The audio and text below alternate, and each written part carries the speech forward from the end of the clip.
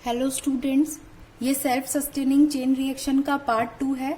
इसके जो पिछले पार्ट 1 में हमने देख लिया था कि हम यूरेनियम को कैसे एनरिच करेंगे, उसके अलावा हमने न्यूक्लियर चेन रिएक्शन क्या होती है वो भी देख लिया था।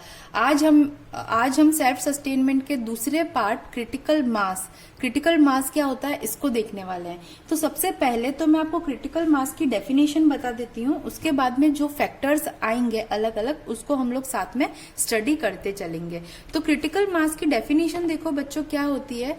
बेसिकली हमें क्या चाहिए रहता है, हमारी जो रिएक्शन है, एक ही रिएक्शन है, मैंने आपको कई बार बोल दिया है कि जो एक रिएक्शन है उसको हमें अच्छे से याद करना है और वो आपको याद हो भी जाएगी क्योंकि हम उसको इतनी बार यूज करेंगे। 1n0 यानी कि 1 न्यूट्रॉन है, थर्मल न्यूट्रॉन, वो किसके साथ में रिएक्ट करता है, यूरेनियम के आइसोटॉप 235 के साथ में रिएक्ट करके दो प्रोडक्ट जो न्यूक्लियाई बनते हैं वो होते हैं बेरियम एंड क्रिप्टॉन।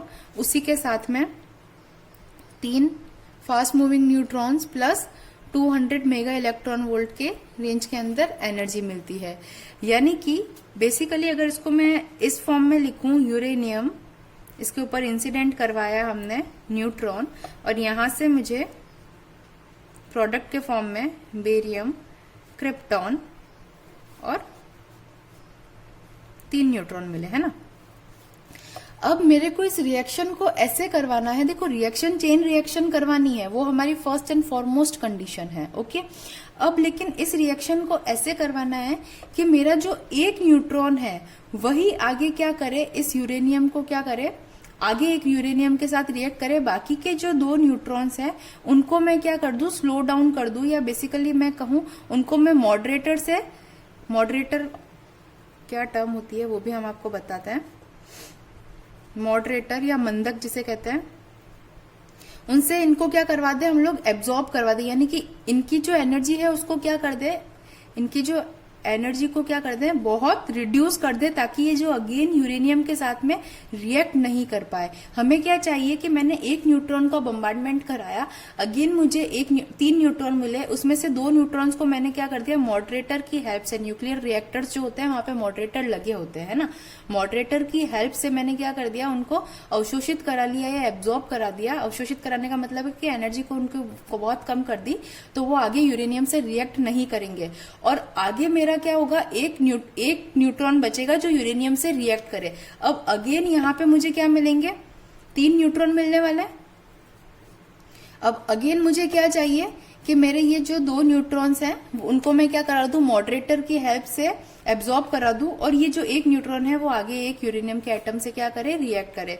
तो बेसिकली अब इस चेन रिएक्शन को अगर आप देखोगे तो आपको क्या दिखेगा, मैंने एक न्यूट्रॉन इंसिडेंट कराया, मुझे एक यूरेनियम एटम से उसने रिएक्ट किया, अगेन मेरे पास में एक न्यूट्रॉन बचा जो कि रिएक्ट करेगा एक एटम से, उसके बाद में अगेन एक न्यूट्रॉन मेरे को मिला और वो रिएक्ट करेगा एक यूरेनियम से। तो इस फॉर्म के अंदर जो इस फॉर्म के अंदर मेरे को कंट्रोल्ड वे के अंदर ये मेरे चेन रिएक्शन मिलेगी। कंट्रोल्ड वे का क्या मतलब हो गया कि यहां से जो एनर्जी होगी, एनर्जी रिलीज होगी, देखो एनर्जी कितनी होती है, 200 मेगा इलेक्ट्रॉन वोल्ट होती है। तो देखो अगर वो एक एटम से ही रिएक्ट करेगा तो यहाँ पे भी 200 मेगा इलेक्ट्रॉन वोल्ट, यहाँ पे भी 200 मेगा इलेक्ट्रॉन वोल्ट, जबकि चेन रिएक्शन में हो क्या रहा था, एक जगह 200, फिर अगेन मुझे कितनी मिल रही थी, 600 नहीं बच्चों, अगेन मुझे कितनी मिल रही थी, 900 मेगा इलेक्ट्रॉन वोल्ट की एनर्जी मिल रही थी। यानी कि जो एनर्जी थी वो अनकंट्रोल्ड हो रही थी। इतनी एनर्जी को कंट्रोल करना भी अपने आप में बहुत बड़ी बात रहती है। तो हमारी जो चेन रिएक्शन होती है उसको हम चाहते हैं कि वेरी कंट्रोल्ड वे में मेरी चेन रिएक्शन रहे। एक न्यूट्रॉन को मैं इंसिडेंट कराऊं किस पे, 1 एटम ऑफ यूरेनियम, और आइसोटोप कौन सा होगा, 235, और यहां से जो मुझे प्रोडक्ट मिले जो कि चेन रिएक्शन को कैरी फॉरवर्ड करे, वो भी कैसा हो, एक न्यूट्रॉन हो और वो अगेन रिएक्ट करे 1 एटम ऑफ यूरेनियम 235 से, एंड सो ऑन, ये चेन चलती रहे। तो यानी कि ऐसा मास ऑफ यूरेनियम, देखो क्रिटिकल मास की हम लोग डेफिनेशन देख रहे हैं, ऐसा मास ऑफ यूरेनियम जो एक न्यूट्रॉन से रिएक्ट करे और उत्पाद में, प्रोडक्ट में भी उसे क्या मिले, एक न्यूट्रॉन मिले, और अगेन वो एक एटम ऑफ यूरेनियम से रिएक्ट करे और उसके प्रोडक्ट में भी उसे क्या मिले, एक न्यूट्रॉन मिले, जो कि क्या कर पाए, अगेन एक एटम ऑफ यूरेनियम 235 से रिएक्ट कर पाए, तो ऐसे मास ऑफ यूरेनियम को हम कहते हैं क्रिटिकल मास। समझ में आया आपको बच्चों क्रिटिकल मास किसे कहते हैं? यानी कि एक न्यूट्रॉन को मैं इंसिडेंट कराऊं एक एटम ऑफ यूरेनियम 235 पे, तो मुझे जो प्रोडक्ट न्यूट्रॉन है वो एक न्यूट्रॉन मिले जो अगेन एक एटम ऑफ यूरेनियम 235 से रिएक्ट कर सके, तो उस मास ऑफ यूरेनियम को मैं कहूंगी क्रिटिकल मास ऑफ यूरेनियम। और इसी क्रिटिकल मास के लिए मेरी कोई भी चेन रिएक्शन होगी वो कैसी होगी? Self sustaining. सेल्फ सस्टेनिंग का मतलब क्या होता है? स्वपोषी, और यही हमारा एम है, उसी की हम लोग कंडीशन पढ़ रहे हैं। तो critical mass is the condition for self sustaining nuclear reaction. Are you agree? Yes. यानी कि क्रिटिकल मास पे जो रिएक्शन होगी वो कैसी होगी? सेल्फ सस्टेनिंग होगी। तो आई होप आपको क्रिटिकल मास की डेफिनेशन तो क्लियर हो गई होगी। अब क्रिटिकल मास की डेफिनेशन के अलावा और भी 3-4 डेफिनेशन इस टॉपिक के अंदर आती है, उनको हम देखते हैं। तो देखो बच्चों, जो हमारा क्रिटिकल मास, जो हमारे पास में क्रिटिकल मास है, उसके लिए मैंने यहाँ पर बात करी थी इन दो न्यूट्रॉनों की एनर्जी को क्या करना है? रिड्यूस कराना है। और एक वर्ड मैंने यूज किया था एब्जॉर्प्शन। तो देखो एब्जॉर्प्शन को भी हम लोग देखते हैं, और ये जो न्यूट्रॉन्स होते हैं उनको हम क्या क्या कहते हैं वो भी हम लोग देखते हैं। तो उसी रिएक्शन को एक बार अगेन लिखूंगी मैं। एक न्यूट्रॉन है जो इंसिडेंट कराया यूरेनियम 235 पर, और इससे मुझे प्रोडक्ट के अंदर बेरियम और क्रिप्टॉन तो मिलेंगे ही, लेकिन वो हमारा सब्जेक्ट नहीं है अभी। बेरियम और क्रिप्टॉन हमारा जो सब्जेक्ट है वो है ये जो 3 न्यूट्रॉन मिले हैं वो, है ना। तो ये जो 3 न्यूट्रॉन मुझे मिले हैं, अब ये 3 न्यूट्रॉन 2 टाइप के होते हैं। एक होता है डिलेड न्यूट्रॉन, इनको हम लोग शरण कहते हैं ना, शरण या क्षय न्यूट्रॉन। और एक होते हैं प्रॉम्प्ट न्यूट्रॉन। देखो डिलेड न्यूट्रॉन क्या होता है और प्रॉम्प्ट न्यूट्रॉन क्या होता है। अगर देखो ये रिएक्शन क्या होती है, काफी कम टाइम में होती है बच्चों। तो अगर ये रिएक्शन के अंदर मुझे प्रोडक्ट न्यूट्रॉन है ना, ये जो प्रोडक्ट न्यूट्रॉन है वो 10⁻⁻14 सेकेंड के अंदर अंदर मिल जाए, है ना, विद इन 10⁻⁻14 सेकेंड में ही मिल जाते हैं, तो इस टाइप के न्यूट्रॉन्स को हम लोग क्या बोलते हैं? Prompt neutron. और अगर 10⁻⁻ के बाद में मिले, 10⁻⁻14 सेकेंड के बाद में मिलते हैं, तो इस टाइप के न्यूट्रॉन्स को हम लोग क्या बोलते हैं? Delayed neutron. तो यहाँ पर मुझे ये जो 3 न्यूट्रॉन मिले हैं, that can be delayed neutron और प्रॉम्प्ट न्यूट्रॉन। ये सारे के सारे डिलेड भी हो सकते हैं, सारे के सारे प्रॉम्प्ट भी हो सकते हैं। कोई 2 डिलेड हो सकता है, 1 प्रॉम्प्ट, या कोई 1 डिलेड या 2 प्रॉम्प्ट। कुछ भी कंडीशन, कुछ भी पॉसिबिलिटी यहाँ पर हो सकती है। यहाँ पर एकदम प्रोबेबिलिटी वाला नियम लग सकता है। तो प्रॉम्प्ट और डिलेड न्यूट्रॉन क्या होते हैं वो आप लोगों को समझ में आ गया। इसकी डेफिनेशन भी आप लोग लिख सकते हैं। देखो साथ साथ में नोट करते जाना। इसकी डेफिनेशन में एक बार वर्बली आपको बता देती हूँ। जो हमारी न्यूक्लियर फ्यूजन रिएक्शन के अंदर जो उत्पाद न्यूट्रॉन होते हैं, प्रोडक्ट न्यूट्रॉन होते हैं, अगर वो हमें 10⁻⁻14 के अंदर अंदर मिल जाते हैं, तो इस टाइप के न्यूट्रॉनों को हम कहते हैं प्रॉम्प्ट न्यूट्रॉन। और अगर वो मुझे 10⁻⁻14 सेकेंड के बाद मिलते हैं, है ना, यहाँ पर लिख देती हूँ मैं, के बाद मिलते हैं, तो इस टाइप के न्यूट्रॉन को हम लोग कहेंगे डिलेड न्यूट्रॉन।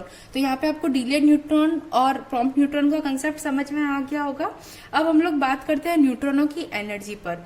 देखो एनर्जी या तो न्यूट्रॉनों की कैसी हो सकती है? हाई हो सकती है, या फिर कैसी हो सकती है? लो एनर्जी हो सकती है। 2 ही केसेस हो सकते हैं। तो हमारे पास में अगर न्यूट्रॉनों की एनर्जी कैसी रहे? हाई रहे। देखो हाई एनर्जी का रिजल्ट क्या रहता है? हाई एनर्जी होने का मतलब है, देखो एनर्जी बोले तो मेरी काइनेटिक एनर्जी का हाई होना सीधा डिपेक्ट करता है, kinetic energy is half mv², है ना। काइनेटिक एनर्जी का हाई होना सीधा डिपेक्ट करेगा, देखो mass of neutron can not be change. देखो न्यूट्रॉनों की बात हो रही है, मास ऑफ न्यूट्रॉन क्या रहता है? वही रहता है। चेंज क्या होगा? उसकी वेलोसिटी, काइनेटिक एनर्जी का हाई होना बोले तो उसकी वेलोसिटी का हाई होना, यानी कि न्यूट्रॉन कैसे हो जाएंगे मेरे फास्ट मूविंग। और जब न्यूट्रॉन फास्ट मूविंग होंगे उस केस के अंदर क्या न्यूट्रॉन मेरे नाभिक के साथ रिएक्ट करेंगे? जी बिल्कुल नहीं। मैंने आपको फास्ट मूविंग न्यूट्रॉनों के बारे में पहले ही बता रखा है। जो मेरे फास्ट मूविंग न्यूट्रॉन होंगे, फास्ट मूविंग न्यूट्रॉन बोले तो जिनकी एनर्जी कैसी रहेगी? हाई रहेगी। तो वो क्या करेंगे? डायरेक्टली नाभिक में से एस्केप हो जाएंगे, या नाभिक में से क्या हो जाएंगे? पंक्चर कर देंगे नाभिक को, है ना। नाभिक को क्या कर देंगे? पंक्चर कर देंगे, और वो नाभिक के साथ में रिएक्ट नहीं करेंगे। और उसके बाद में एक केस तो, फर्स्ट केस तो मेरा ये हो गया, और सेकंड केस क्या हो सकता है कि मेरे जो न्यूट्रॉन है उसकी एनर्जी कैसी हो? लो हो। एक तो हाई एनर्जी और लो एनर्जी। एनर्जी बोले तो काइनेटिक एनर्जी, लो बोले तो काइनेटिक एनर्जी का लो होना, यानी कि उसकी बेसिकली उसकी वेलोसिटी का क्या होना? कम होना। यानी कि न्यूट्रॉन कैसा है मेरा? काफी स्लो है, एकदम स्लो मूविंग न्यूट्रॉन है। तो एकदम स्लो मूविंग न्यूट्रॉन भी होगा तो वो भी हमारे काम नहीं आएगा, क्योंकि जो मेरा एकदम स्लो मूविंग न्यूट्रॉन्स होते हैं वो क्या करेंगे? डायरेक्टली कैप्चर हो जाएंगे। कैप्चर होने का मतलब होता है एब्जॉर्ब होना।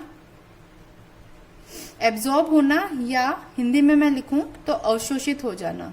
देखो, जिनकी एनर्जी काफी लो है तो डायरेक्टली यहां पर देखो, यूरेनियम के ऊपर जब इंसिडेंट होगा मेरा न्यूट्रॉन, तो अगर इसकी एनर्जी काफी लो है तो क्या ये इसके साथ रिएक्ट करेगा? नहीं, वो इसके साथ रिएक्ट नहीं करके डायरेक्टली ये यूरेनियम का जो एटम है वो उसको क्या कर देगा? खुद के अंदर कैप्चर कर लेगा, या क्या कर देगा? एब्जॉर्ब कर लेगा। तो ये दोनों ही केसेस मेरे पास में वैलिड नहीं रहते एनर्जी के। तो क्रिटिकल मास क्या होता है वो हमने देख लिया, एनर्जी से के साथ में कैसा रिलेशन रहता है वो हमने देख लिया, डिलेड न्यूट्रॉन क्या होता है, प्रॉम्प्ट न्यूट्रॉन क्या होता है वो भी हमने देख लिया। अब अगेन दो टर्म आती है, उनको हम लोग देखते हैं। दो टर्म कौन कौन सी है? एक टर्म तो है एब्जॉर्प्शन, और एक टर्म है इमिशन। अब एब्जॉर्प्शन और इमिशन क्या होता है? एब्जॉर्प्शन को हम लोग बोलते हैं अवशोषण, और इमिशन को हम लोग बोलते हैं उत्सर्जन, है ना। एब्जॉर्प्शन और इमिशन। एब्जॉर्प्शन जो फिनोमिना है हमारा, एब्जॉर्प्शन सरफेस फिनोमिना है बेसिकली,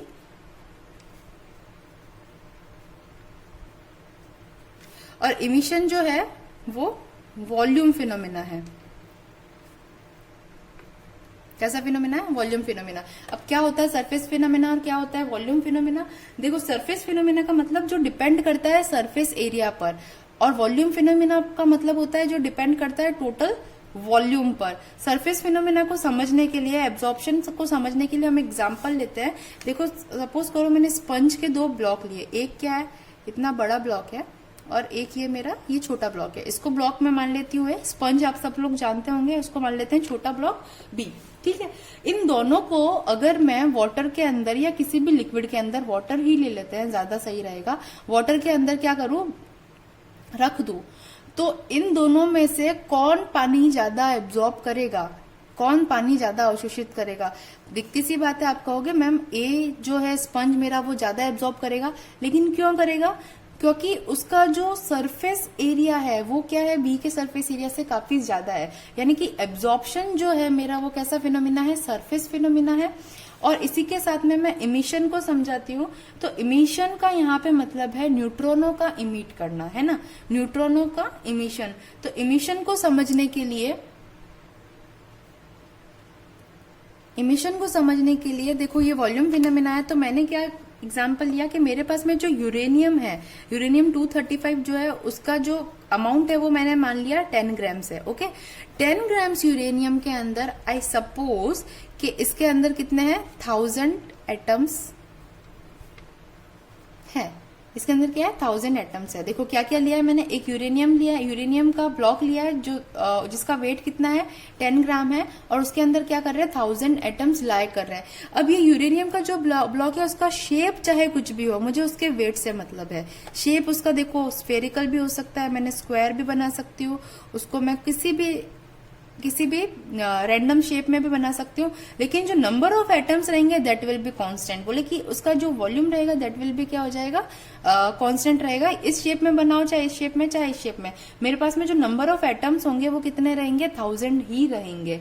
अब ये जो 1000 नंबर ऑफ एटम्स है, I know 1 atom of uranium 235 will release 3 neutrons.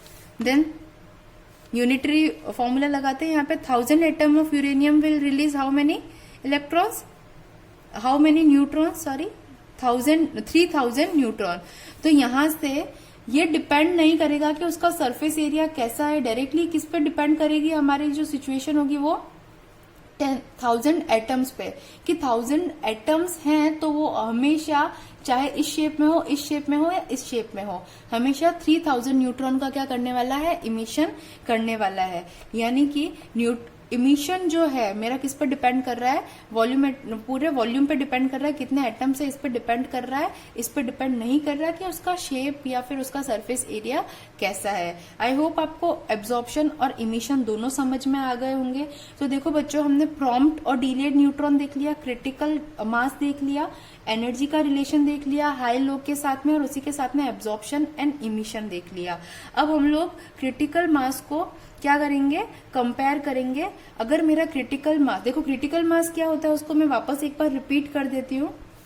Critical mass वो मास होता है जिस पर मेरा एक यूरेनियम का एटम किसके साथ में रिएक्ट करे, एक न्यूट्रॉन के साथ के अंदर रिएक्ट करे, और प्रोडक्ट के अंदर मुझे एक न्यूट्रॉन मिले जो अगेन एक न्यूट्रॉन को क्या करे, इमिट करे। और इसी तरीके से मेरी ये जो चेन रिएक्शन है वो सेल्फ सस्टेनिंग बनी रहे और कंट्रोल्ड फॉर्म के अंदर एनर्जी मुझे मिले। इस टाइप का जो मास होता है यूरेनियम का, उसको हम लोग बोलते हैं क्रिटिकल मास। अब हम कंपेयर करते हैं कि अगर मेरे पास में मास यूरेनियम का क्रिटिकल मास से ज्यादा हो जाए या क्रिटिकल मास से कम हो जाए, उस टाइम पे क्या क्या कंडीशंस बन सकती है।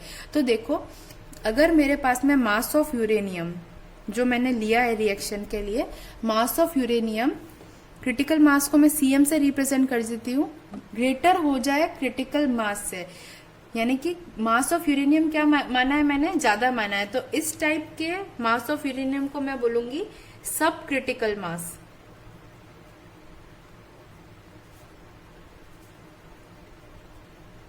इस टाइप के मास को हम बोलेंगे सब क्रिटिकल मास, या हिंदी में इसे कहते हैं हम अति क्रांतिक द्रव्यमान। तो आप खुद सोच करके देखो, अगर यहाँ पर मेरे पास में मास ऑफ यूरेनियम क्या हो जाए, ज्यादा हो जाए, यानी कि यहाँ पर जो यूरेनियम मैं ले रही हूँ, एक यूरेनियम कितना इमिट कर रहा है, 3 न्यूट्रॉनों को इमिट कर रहा है, उसमें से 2 को मुझे क्या करवाना है, मॉडरेटर से एब्जॉर्ब करवा देना है, और बाकी के 1 को मुझे क्या करना है, कैरी फॉरवर्ड करना है। किस केस के अंदर, क्रिटिकल मास के केस के अंदर।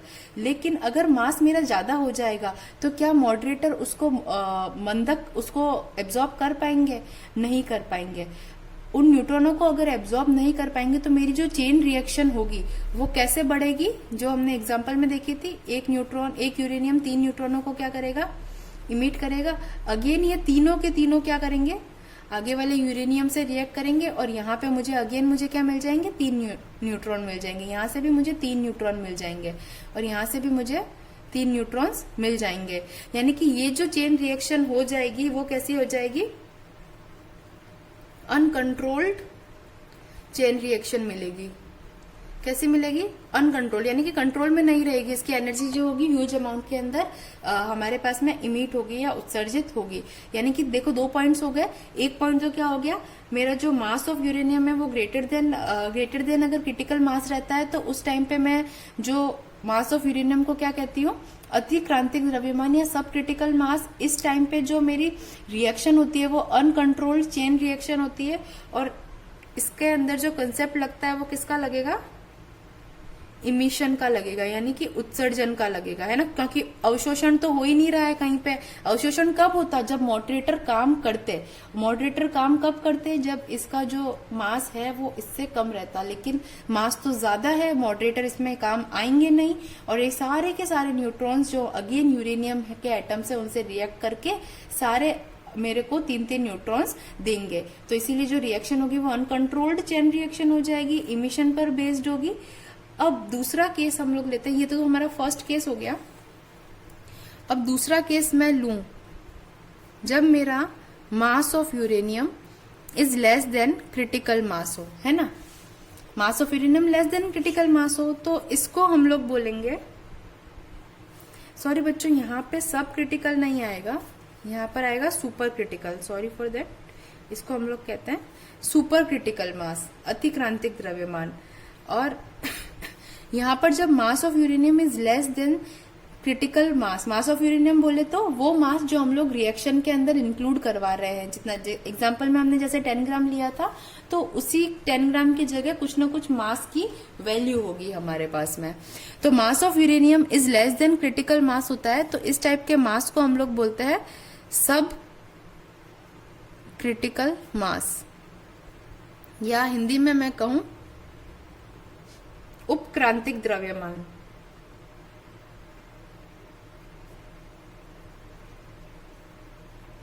उपक्रांतिक द्रव्यमान, तो इसके अंदर क्या रहता है, देखो क्रिटिकल मास से भी कम है, क्रिटिकल मास के टाइम पर मेरे पास में जो 2-3 के अंदर से 2 न्यूट्रॉन्स थे वो क्या हो रहे थे, मॉडरेटर उनको एब्जॉर्ब कर रहा था। लेकिन जब मेरा मास इससे भी कम हो जाएगा तो मॉडरेटर क्या करेगा, सारे के सारे न्यूट्रॉन को क्या कर लेगा, एब्जॉर्ब कर लेगा, और आगे रिएक्शन करने के लिए मेरे पास में न्यूट्रॉन बचेंगे ही नहीं।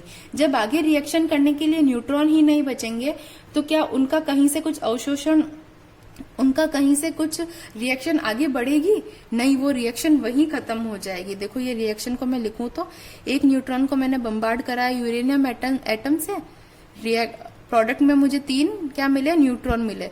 अब ये तीनों के तीनों न्यूट्रॉन है वो क्या हो जाएंगे,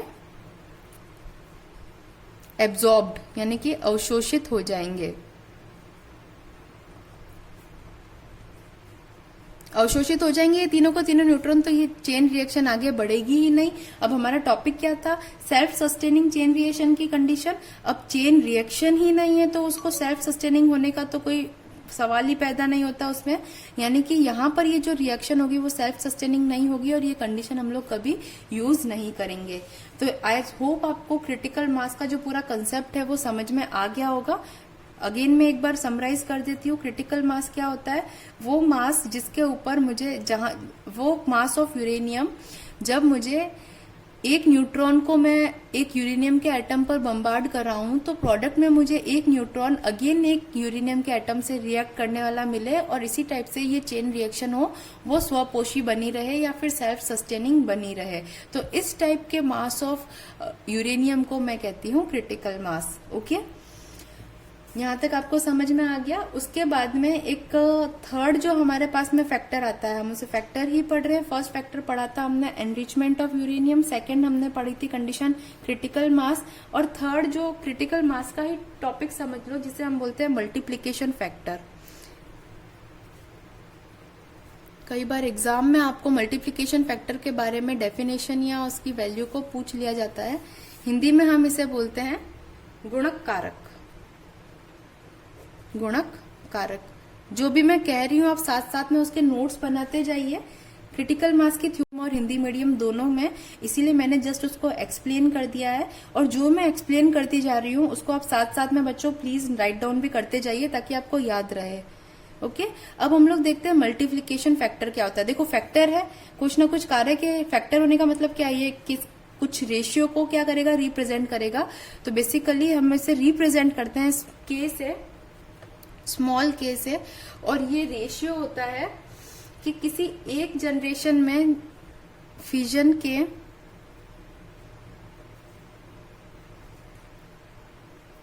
एक जनरेशन में उत्सर्जित न्यूट्रॉनों की संख्या या उपस्थित न्यूट्रॉनों की संख्या, उपस्थित न्यूट्रॉनों की संख्या डिवाइडेड बाय उसका जो प्रीसीडिंग जनरेशन थी, फिजन के प्रीसीडिंग जनरेशन में न्यूट्रॉनों की संख्या। ठीक है। अब क्या होती है जनरेशन, वो मैंने आपको बता दिया था। देखो यहाँ पर जब जनरेशन के बारे में बताया था, ये मेरी फर्स्ट जनरेशन है, ये सेकंड जनरेशन है, ये थर्ड जनरेशन है ना। ये अलग 3 और 9 अलग है, इससे कंफ्यूज मत होना। ये है second generation, third generation, first generation, fourth generation, है ना। तो के अगर मुझे यहाँ पर इस जनरेशन के लिए के निकालना होगा बच्चों, small K will be equal to, इस जनरेशन की बात कर रही हूँ थर्ड जनरेशन, तो थर्ड जनरेशन में उपस्थित न्यूट्रॉनों की संख्या कितनी है मेरे पास में, 3, 3 और 3, 6 न्यूट्रॉन।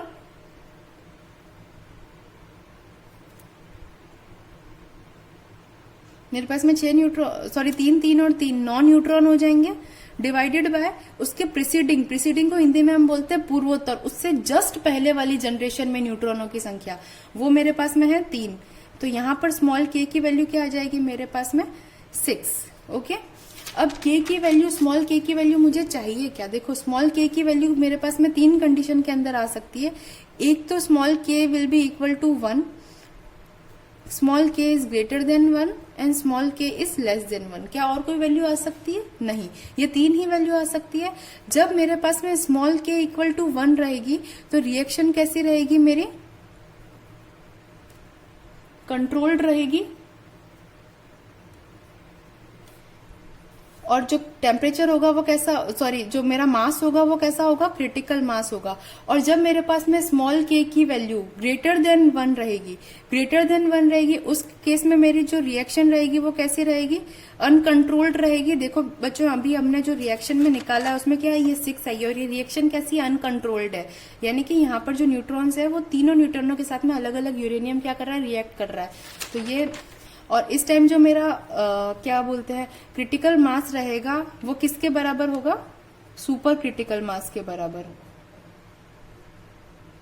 सुपर क्रिटिकल मास के बराबर। और के जब मेरा लेस देन 1 हो जाएगा तो यहाँ पर जो रिएक्शन होगी वो रिएक्शन चेन रिएक्शन होगी ही नहीं, चेन रिएक्शन ही नहीं होगी, और जो मेरा मास रहेगा वो क्या रहेगा, सब क्रिटिकल मास। कैसा रहेगा, सब क्रिटिकल। तो इसी के साथ में आपका जो ये टॉपिक है conditions for self sustaining chain reaction वो कंप्लीट होता है। आई होप आपको ये टॉपिक समझ में आया होगा। अगर आपको कोई भी डाउट हो इस टॉपिक के अंदर तो आप मुझे कमेंट सेक्शन में पूछ सकते हैं। Thank you so much guys for this class.